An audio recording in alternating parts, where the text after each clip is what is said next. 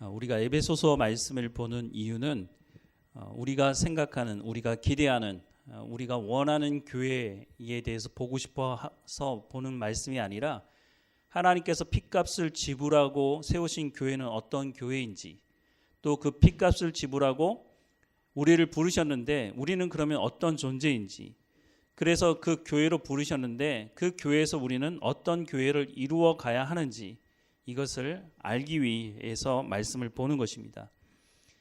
에베소서 1장 말씀을 시작하는 말씀을 보면 하나님께서 구원을 계획하셨고 그 구원을 예수님께서 실행하셨고 그 실행한 구원을 성령님께서 우리의 삶에 구체적으로 실현하시고 또 지속할 수 있도록 해주신다고 사도 바울은 에베소서 1장을 시작하며 그렇게 말씀을 하고 있습니다. 이 구원에 대해 소개하면서 이 구원은 전적인 하나님의 은혜다. 우리가 어떤 선을 행하거나 무슨 대가를 지불해서 얻은 것이 아니다라고 하는 것을 분명히 말씀해 주고 있습니다. 에베소서 2장 4절부터 5절 말씀해 보면 긍휼이 풍성하신 하나님이 우리를 사랑하신 그 큰 사랑을 인하여라고 말씀합니다. 긍휼이 풍성하신 하나님이 우리를 사랑하신 그 큰 사랑을 인하여, 우리가 이 죄의 대가를 지불할 수 없기 때문에 하나님께서 직접 우리를 사랑하셔서 그 대가 지불을 하셨다는 것입니다. 그 큰 사랑을 인하여 예수님을 이 땅에 보내셨다고 말씀하는 거죠. 5절 말씀해 보면 허물로 죽은 우리를 그리스도와 함께 살리셨고 너희는 은혜로 구원을 받은 것이라 라고 말씀을 하고 있습니다. 하나님께서 우리 가운데 허락하신 구원은 우연히 어쩌다 보니까 허락된 구원이 아니고 하나님께서 계획하시고 예수님께서 실행하시고 성령 하나님께서 우리의 삶 가운데 그것이 실현될 수 있도록 하셨다는 겁니다. 그러니까 성부 하나님, 성자 예수님, 성령 하나님께서 우리에게 허락하신 구원의 합작품을 이루어내셨다라고 말씀을 해주고 있는 겁니다. 에베소서 2장 8절에서 10절 말씀을 보면 너희는 그 은혜에 의하여 믿음으로 말미암아 구원을 받았으니 이것은 너희에게서 난 것이 아니요 하나님의 선물이라. 행위에서 난 것이 아니니 이는 누구든지 자랑하지 못하게 함이라. 우리는 그가 만드신 바라 그리스도 예수 안에서 선한 일을 위하여 지으심을 받은 자니 이 일은 하나님이 전에 예비하사 우리로 그 가운데에서 행하게 하려 하심이니라 라고 말씀하고 있습니다. 우연이 아니라는 거죠. 하나님께서 우리를 만드셨다고 분명히 말씀하고 있지 않습니까? 창세기 1장에도 하나님의 형상을 따라서 사람이 창조되었다라고 하는 것을 분명히 말씀해주고 있습니다. 무엇보다 조금 전에도 말씀을 드렸지만 우리에게 허락된 구원은 우리가 어떤 대가 지불을 하거나 선을 행해서 구원받은 것이 아니다. 그러니 교만하지 말고 겸손하라고 말씀하고 있습니다. 하나님의 은혜에 대해 감사할 것을 말씀하면서 그러니 너희가 선한 삶을 살라고 말씀하고 있습니다. 그 선한 삶은 하나님의 말씀을 듣고 순종하는 삶입니다. 그 삶이 바로 거룩한 삶이라고 말씀하고 있는 것이죠. 이 소개를 하고 나서 사도 바울이 덧붙여서 이어서 오늘 본문에 기도를 하고 있는 것입니다. 오늘 본문의 말씀을 우리 함께 다시 한번 읽어보겠습니다. 이로 말미암아 주 예수 안에서 너희 믿음과 모든 성도를 향한 사랑을 나도 듣고 내가 기도할 때에 기억하며 너희로 말미암아 감사하기를 그치지 아니하고 우리 주 예수 그리스도의 하나님 영광의 아버지께서 지혜와 계시의 영을 너희에게 주사 하나님을 알게 하시고 너희 마음의 눈을 밝히사 그의 부르심의 소망이 무엇이며 성도 안에서 그 기업의 영광의 풍성함이 무엇이며 그의 힘의 위력으로 역사하심을 따라 믿는 우리에게 베푸신 능력의 지극히 크심이 어떠한 것을 너희에게 알게 하시기를 구하노라. 아멘. 우리에게 허락된 구원이 얼마나 놀라운지에 대해 소개하면서 바로 이어 기도하고 있는 내용이 어떤 내용입니까? 지혜와 계시의 영을 너희에게 주사라고 말씀을 하고 있습니다. 그것은 바로 성령님을 의미한다고 말씀을 드렸죠. 성령이 너희에게 임하시기를 기도하고 있다. 근데 한두 번 기도하는 게 아니고 늘 기도한다는 겁니다. 왜냐하면 이 성령이 임해야 우리가 그리스도의 장성한 분량에 이룰 수 있고 구원을 지속해 갈 수 있는 힘이 바로 성령을 통해서 제공되기 때문에 성령이 너희에게 임하기를 기도한다라고 말씀을 합니다. 그런데 갑자기 생각나서 하는 기도가 아니라 이 기도는 근거가 있는 기도입니다. 사도행전 1장 4절부터 5절 말씀해 보면 사도와 함께 모이사 그들에게 분부하여 이르시되 예루살렘을 떠나지 말고 내게서 들은 바 아버지께서 약속하신 것을 기다리라. 요한은 물로 세례를 베풀었으나 너희는 몇 날이 못되어 성령으로 세례를 받으리라 하셨느니라. 또 8절에 보면 오직 성령이 너희에게 임하시면 너희가 권능을 받고 예루살렘과 온 유대와 사마리아와 땅끝까지 이르러 내 증인이 되리라 하시니라 라고 말씀을 하고 있습니다. 이 말씀을 듣고 120명의 성도들이 마가의 어머니의 집에 모여서 기도하기 시작했습니다. 예수님께서 유월절이 시작하기 전에 돌아가셨잖아요. 그리고 3일 만에 부활하셨고 40일 동안 제자들을 가르쳤다고 성경은 말씀하고 있습니다. 그리고 나서 오순절 때 성령이 임했던 것을 우리가 아는데 그렇게 보면 유월절 이후 50일이 지난 날이 바로 오순절인데 예수님의 말씀을 듣고 마가의 어머니 집에서 기도한 시간은 약 10일 정도 된 것으로 보여집니다. 그런데 예수님 뭐라고 말씀하셨다고요? 아버지께서 약속하신 것을 기다리라. 예수님께서도 갑자기 얘기하시는 것이 아니라 이미 말씀하신 것을 말씀하는 것입니다. 내게서 들은 바 아버지께서 약속하신 것을 기다리라. 그것이 뭐라고요? 성령으로 세례를 받는 것이라고 말씀하고 있습니다. 그래서 어떻게 됐습니까? 사도행전 2장 1절에서 4절 말씀해 보면 오순절 날이 이미 이름에 그들이 다 같이 한 곳에 모였더니 호련히 하늘로부터 급하고 강한 바람 같은 소리가 있어 그들이 앉은 온 집에 가득하며 마치 불의 혀처럼 갈라지는 것들이 그들에게 보여 각 사람 위에 하나씩 임하여 있더니 그들이 다 성령의 충만함을 받고 성령이 말하게 하심을 따라 다른 언어들로 말하기를 시작하니라. 오순절에 성령 강림 사건이 일어났습니다. 그리고 나서부터는 제자들의 삶이 이전의 삶과는 완전히 다른 삶을 살아가는데요. 사도행전 2장 14절 말씀에 보면 베드로가 11 사도와 함께 서서 소리를 높여 이르되 유대인들과 예루살렘에 사는 모든 사람들아 이 일을 너희에게 알게 할 것이니 내 말에 귀를 기울이라 라고 말합니다. 근데 그 내용이 뭐냐? 21절부터 보면 누구든지 주의 이름을 부르는 자는 구원을 받으리라 하였느니라. 이스라엘 사람들아 이 말을 들으라. 너희도 아는 바와 같이 하나님께서 나사렛 예수로 큰 권능과 기사와 표적을 너희 가운데서 베푸사 너희 앞에서 그를 증언하셨느니라. 그가 하나님께 정하신 뜻과 미리 아신 대로 내어준 바 되었거늘 너희가 법 없는 자들의 손을 빌려 못 박아 죽였으나 하나님께서 그를 사망의 고통에서 풀어 살리셨으니 이는 그가 사망에 매여 있을 수 없음이라 라고 말씀하고 있습니다. 유대인들이 예수님을 십자가에 죽였을 때 제자들은 어떻게 했습니까? 다 집에 들어가서 문을 잠가버렸죠. 자기도 걸리면 죽을까 봐 두려웠죠. 그런데 성령이 임하자 어떻게 됐습니까? 문을 열고 밖으로 나가서 사람들 앞에서 예수님이 바로 하나님이 보내주신 구원자 메시아다라고 하는 것을 선포하기 시작했다는 겁니다. 이렇게 해서 초대교회가 본격적으로 시작을 하게 되죠. 이 이후에도 보면 교회가 세워지는 여러 장면들을 말씀하고 있는데 그때마다 무슨 일이 벌어집니까? 성령이 임하는 사건이 벌어집니다. 사도행전 19장 6절에서 7절 말씀해 보면 바울이 그들에게 안수하며 성령이 그들에게 임하심으로 방언도 하고 예언도 하니 모두 12사람쯤 되니라 라고 말씀합니다. 이렇게 해서 에베소 교회가 본격적으로 시작하죠. 성령이 임하고 나서 교회가 본격적으로 시작되었다고 성경은 분명히 말씀해주고 있습니다. 그런데 여기서 끝이 아닙니다. 성령이 임해서 교회가 시작되었지만 그것이 끝이 아니고 사도 바울은 이 에베소 교회를 향해서 기도하고 있는데 성령이 너희에게 충만히 임하기를 기도한다라고 말씀을 하고 있는 것입니다. 늘 그렇게 기도하고 있다고 말하고 있죠. 그런데 좀 이상하지 않습니까?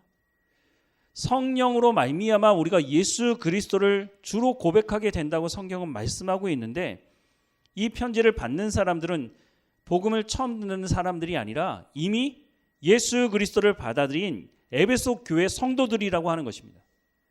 아니, 이미 성령을 통해서 예수님을 영접했는데 무슨 성령이 임하도록 기도를 한다는 말인가? 좀 이해가 잘 되지 않아 보입니다. 사도 바울이 하나님께서 지혜와 계시의 영을 너희에게 주시기를 기도한다라고 하는 그 내용은 무엇이냐 하면, 성령 세례를 통한 성령의 충만함이 이례적인 사건이 아니라고 하는 것입니다. 어제 성령의 충만한 삶을 살았다고 해서 내가 오늘 하나님께 성령의 충만함을 구하지 않으면 그냥 어제 성령의 충만한 삶을 지속할까요? 그러지 않다는 것입니다. 날마다 하나님 앞에 성령의 충만함을 구하는 기도와 삶을 살아가야 한다고 말씀을 하고 있습니다. 고린도전서 15장 31절의 말씀에 보면, 형제들아, 내가 그리스도 예수 우리 주 안에서 가진 바 너희에 대한 나의 자랑을 두고 맹단언하노니 나는 날마다 죽노라 라고 말합니다. 아니, 사도 바울 같은 사람이 뭐라고 고백했다고요? 내가 날마다 죽노라. 왜 이렇게 고백했을까요? 아담과 하와는 하나님과 동행하며 하나님과 교제했던 사람이었습니다. 그런데 그 아담과 하와가 어떻게 됐습니까? 사탄의 그 유혹을 받아서 하나님 말씀에 불순종하지 않습니까? 베드로는 칼을 빼들면서 뭐라고 고백했습니까? 여기 있는 모든 사람들이 다 예수님 버리고 도망가도 저만큼은 그러지 않겠습니다라고 단언했던 사람 아닙니까?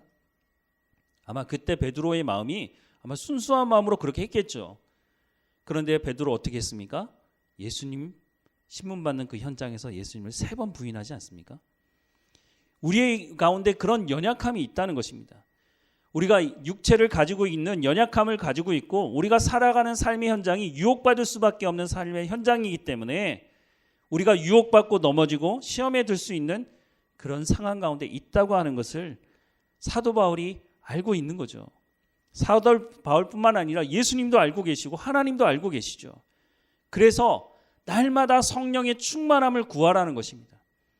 내 생각과 내 고집과 내 생각대로 살아가는 것이 아니라 성령의 인도하심을 쫓아 살아가야 너희가 하나님의 교회로서 그리스도의 장성한 분량에 이룰 수 있다라고 하는 것을 말해주고 있는 것이죠. 그래서 오늘 기도의 내용을 다시 한번 제가 천천히 다시 한번 읽어드리겠습니다.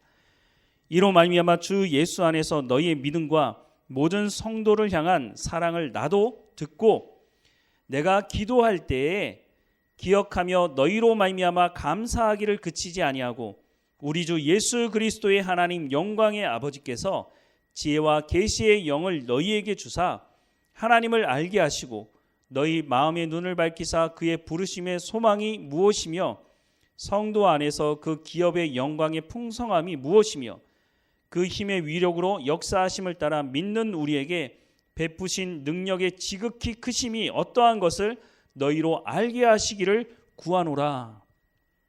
사도 바울이 이렇게 늘 기도했다는 거예요.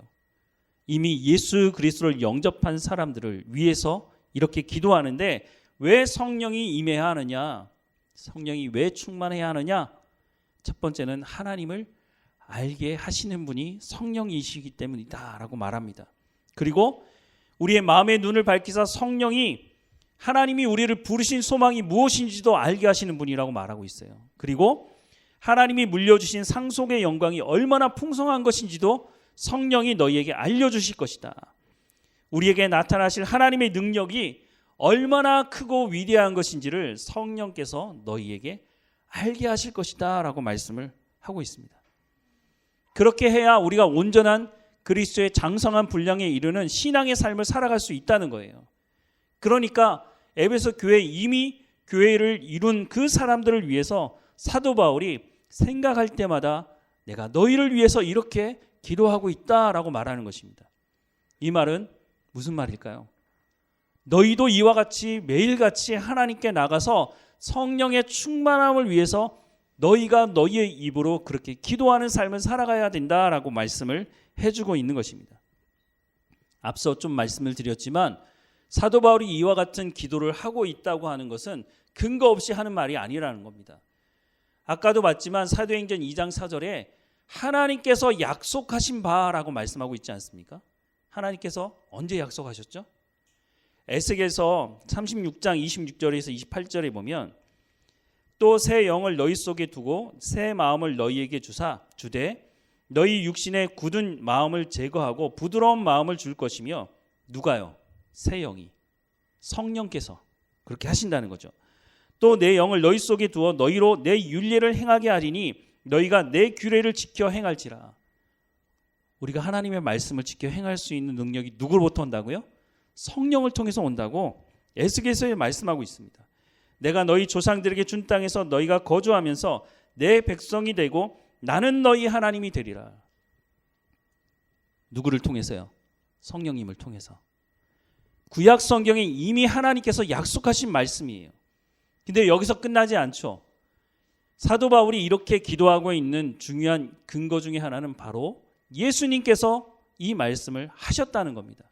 그럼 언제 예수님께서 이 말씀을 하셨을까요? 예수님께서 잡히시는 그날 저녁에 제자들과 함께 저녁 식사를 마치고 제자들의 발을 씻기시고 난 다음에 그 짧은 시간에 성령에 대해서 말씀을 하시는 것을 요한복음을 통해서 알 수 있습니다. 우리가 성경을 읽다가 같은 내용을 2번이나 3번 반복하는 내용을 볼 수 있는데요. 그것은요, 강조하는 겁니다. 이건 너무너무 중요한 것이다라고 하는 것이죠. 그런데 요한복음에 보니까 예수님께서 그날 저녁에 그 짧은 시간에 성령에 대해서 무려 5번이나 언급을 하고 있다는 겁니다. 성경을 읽다가 같은 내용을 5번이나 반복하는 걸 전 본 적이 없는 것 같아요. 그 말이 무슨 말이냐면 이건 정말 너무너무 중요한 것이다.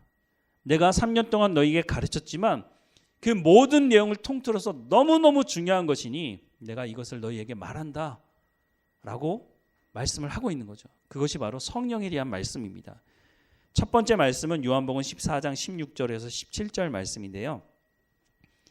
내가 아버지께 구하겠으니 그가 또 다른 보혜사를 너희에게 주사 영원토록 너희와 함께 있게 하리니 그는 진리의 영이라 세상은 능히 그를 받지 못하나니 이는 그를 보지도 못하고 알지도 못함이라. 그러나 너희는 그를 아나니 그는 너희와 함께 거하시며 또 너희 속에 계시겠습니다 라고 말씀합니다. 성령이 오실 건데 그 성령은 어떤 분이냐?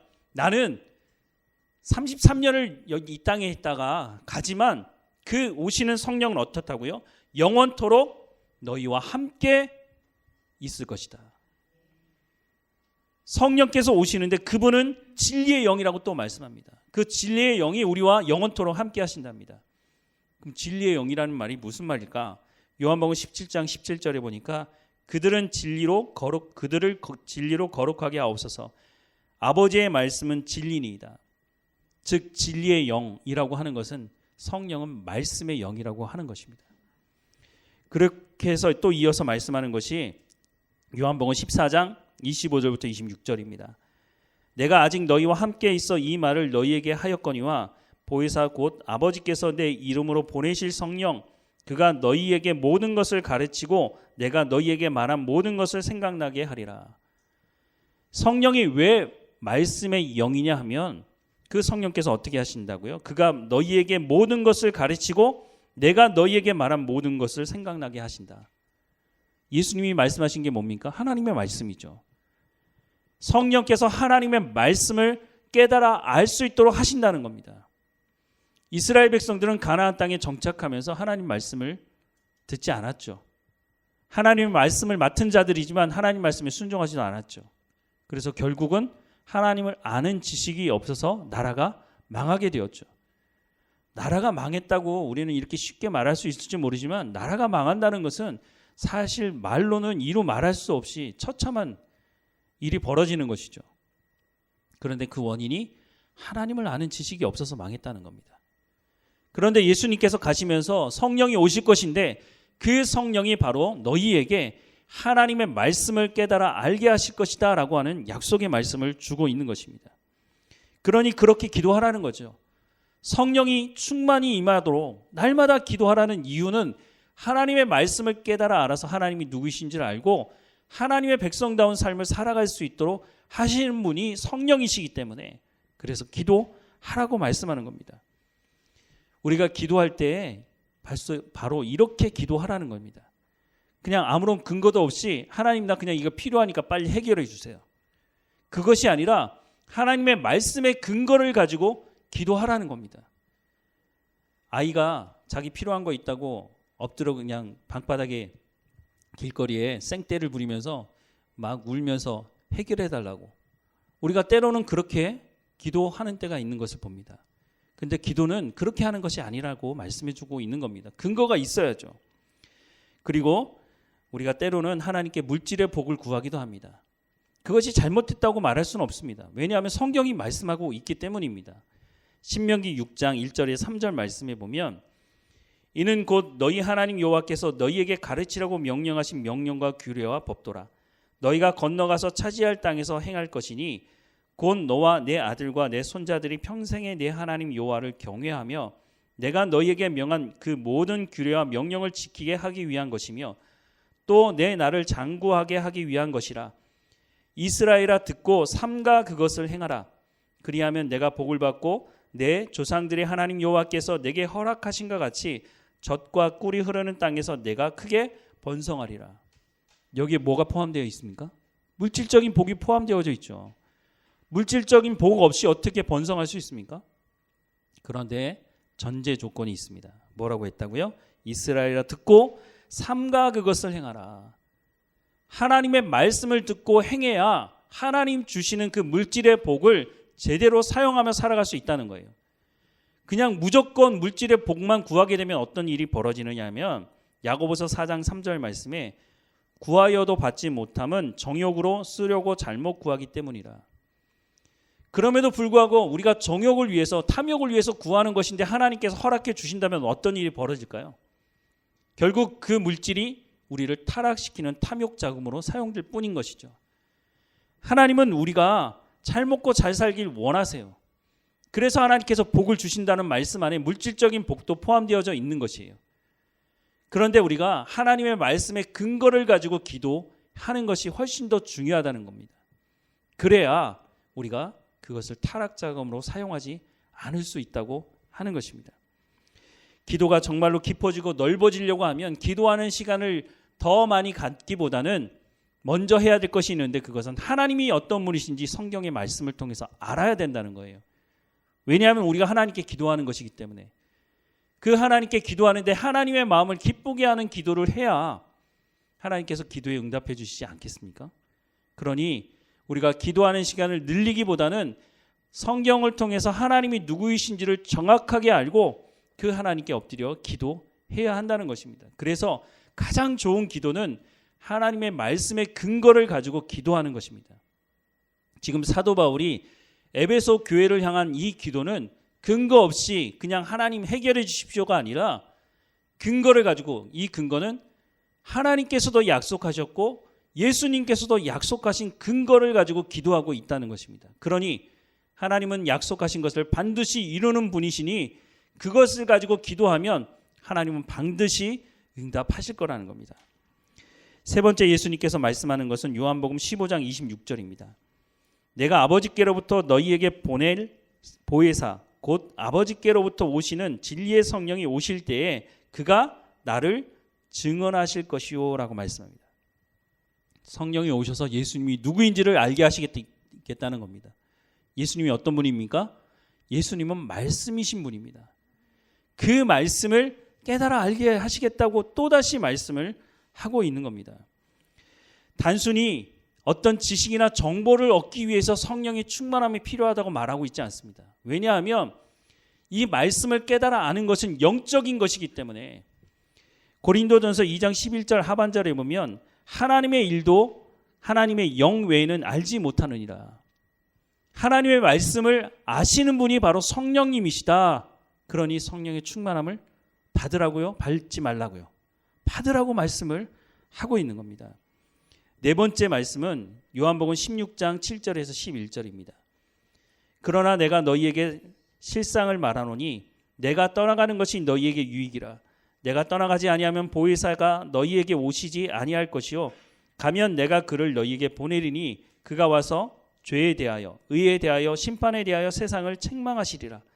죄에 대하여라 하면 그들이 나를 믿지 아니하며, 의에 대하여라 하면 내가 아버지께로 가니 너희가 다시 나를 보지 못하며, 의에 대하여라 하면 내가 아버지께로 가니 너희가 다시 나를 보지 못하며, 심판에 대하여라 하면 이 세상 임금이 심판을 받았음이니라 라고 말씀합니다. 성령께서 죄에 대해서, 의에 대해서, 또 심판에 대해서 어떻게 알리십니까? 하나님의 말씀을 통해서 알리시는 거죠. 우리가 복음을 전하는 내용이 이것 아닙니까? 복음을 전하는 내용이 뭡니까? 하나님의 말씀이죠. 성령께서 그렇게 하시겠다고 말씀하는 겁니다. 그래서 예수님께서 사도행전 1장 8절에 오직 성령이 너희에게 임하시면 너희가 권능을 받고 예루살렘과 온 유대와 사마리아와 땅끝까지 이르러서 내 증인이 되리라. 증인이 가서 어떻게 해야 되죠? 말씀을 전해야 되죠. 근데 그 말씀을 전하는 것을 성령을 통해서 전할 수 있도록 하시겠다라고 말씀을 하는 거죠. 그리고 마지막 다섯 번째 요한복음 16장 12절에서 15절 말씀에 내가 아직도 너희에게 이를 것이 많으나 지금은 너희가 감당하지 못하리라. 그러나 진리의 성령이 오시면 그가 너희를 모든 진리 가운데로 인도하시리니 그가 스스로 말하지 않고 오직 들은 것을 말하며 장래의 일을 너희에게 알리시리라. 그가 내 영광을 나타내리니 내 것을 가지고 너희에게 알리겠음이라. 무릇 아버지께 있는 것은 다 내 것이라. 그러므로 내가 말하기를 그가 내 것을 가지고 너희에게 알리시리라 하였노라 라고 말씀합니다. 다섯 번의 언급을 성령에 대한 말씀을 하고 있는데 공통점이 있죠. 성령이 오시면 우리를 진리 가운데로 인도하신답니다. 우리를 진리 가운데 인도하셔서 하나님 말씀을 깨달아 알게 하시고 그 다음에는 하나님의 말씀대로 순종하는 삶을 살아갈 수 있도록 하신다고 약속하고 있는 겁니다. 하나님께서, 예수님께서 말씀하신 약속, 언약을 기반으로 하는 기도를 지금 에베소 교회 성도를 위해 기도하고 있는 바울의 모습을 보게 됩니다.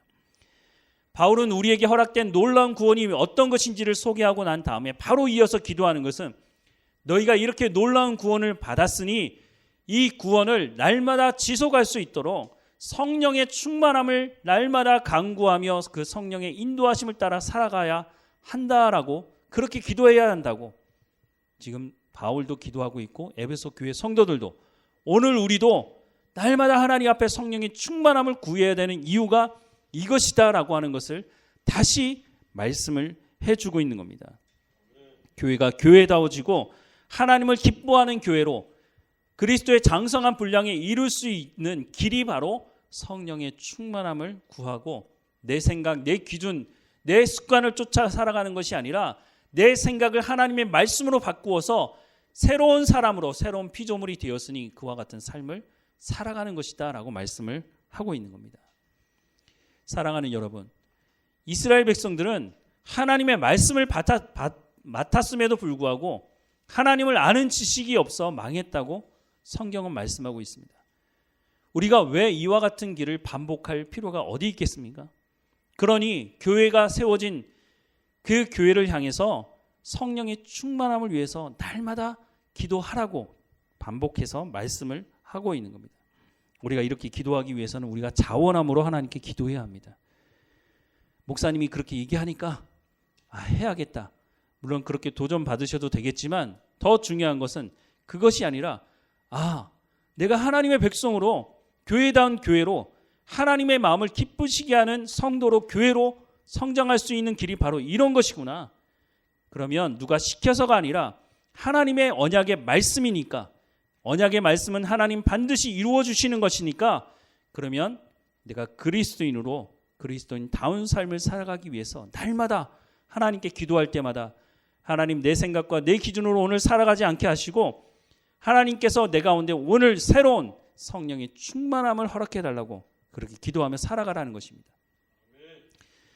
조금 전에도 말씀을 드렸지만 사도행전 1장 8절에 오직 성령이 임하시면 어떻게 하라고요? 어떻게 된다고요? 우리가 증인의 역할을 감당할 수 있다고 말합니다. 우리가 증인이 될 수 있는 이유는 성령의 충만함으로 내 생각이 바뀌고 습관이 바뀌고 내 삶이 바뀌기 때문에, 그것이 바로 우리의 증거가 되기 때문에 증인의 역할을 감당할 수 있다는 것입니다. 우리가 입으로만 예수 믿으라고 하고 예수 믿으면 천국 간다고 그렇게 말하면 사람들이 우리의 삶을 보지 않겠습니까? 저 사람은 말은 똑바로 하는데 왜 삶은 그렇지 않지? 그러면 신뢰를 받지 못하겠죠. 증인의 역할을 감당하지 못하는 겁니다. 증인이 법정에서 한 말과 밖에 나와서 한 말이 달라진다면 그것은 증인의 역할을 할 수가 없는 것이죠. 분명히 성령이 임해야 우리가 증인의 역할을 감당할 수 있다고 하는 것은 그 성령이 우리를 진리 가운데로 인도하시고 우리의 생각을 바꾸시고 우리의 삶을 바꾸심으로 말미암아 세상 사람들이 보기에도 저 사람은 그리스도인이야, 저 사람은 말한 대로 삶을 살아가는 사람이야, 그러니 저 사람이 말하는 그 말은 맞을 거야 라고 하는 복음을 들을 수 있는 상황이 벌어진다고 말씀하고 있는 겁니다. 교회를 위해서 기도할 때 가장 먼저 기도해야 될 것이 바로 이 기도의 제목입니다. 우리가 우리 스스로를 위해서도 기도하지만 교회를 위해서 기도할 때에 하나님 성령의 충만함을 각 성도에게 부어주십시오. 성령께서 진리 가운데로 인도해 주시고 하나님 말씀하신 그 말씀을 살아낼 수 있도록 이 하루 가운데 하나님의 증인의 역할을 감당할 수 있도록 하나님 우리 각 사람 가운데 성령의 충만함을 허락해 달라고, 나를 위해서도 그렇게 기도하지만 매일마다 교회의 성도들을 위해서 그렇게 기도하라는 것입니다. 오늘 본문의 말씀을 우리 다시 한번 기도하는 마음으로 읽어보겠습니다. 같이 읽겠습니다.